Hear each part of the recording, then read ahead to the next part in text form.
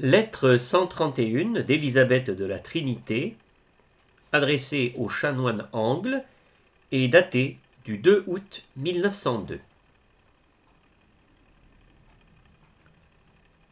Amo Christum. Cher monsieur le chanoine, comme le temps passe vite en lui,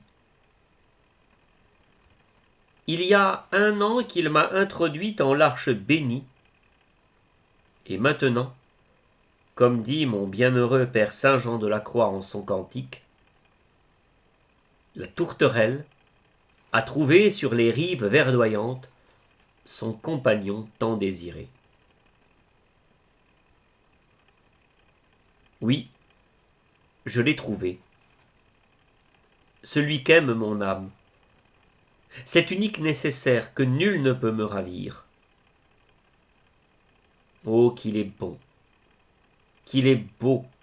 Je voudrais être toute silencieuse, toute adorante, afin de pénétrer toujours plus en lui et d'en être si pleine que je puisse le donner par la prière à ces pauvres âmes ignorantes du bon Dieu.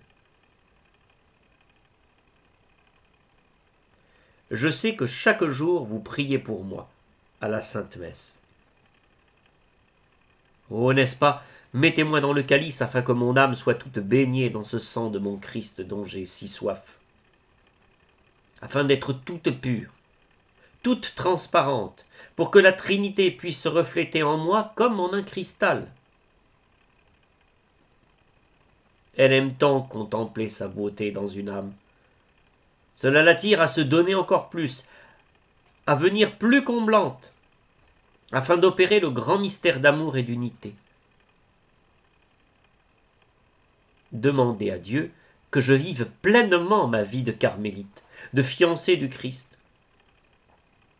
Cela suppose des unions si profondes. Pourquoi m'a-t-il tant aimée? Je me sens si petite, si pleine de misère, mais je l'aime, et je ne sais faire que cela. Je l'aime avec son amour à lui. C'est un double courant entre celui qui est et celle qui n'est pas. Ah, quand je sens mon Dieu envahir toute mon âme, comme je le prie pour vous. Il me semble qu'il est une prière à laquelle il ne résiste pas, et je veux qu'il me donne toute puissance. Comme j'aimerais venir déborder le trop-plein de mon âme en la vôtre comme jadis. Mais c'est d'âme à âme, n'est-ce pas, que nous communiquons. Adieu, monsieur le chanoine. Bénissez celle qui aime toujours se dire votre enfant, Élisabeth de la Trinité.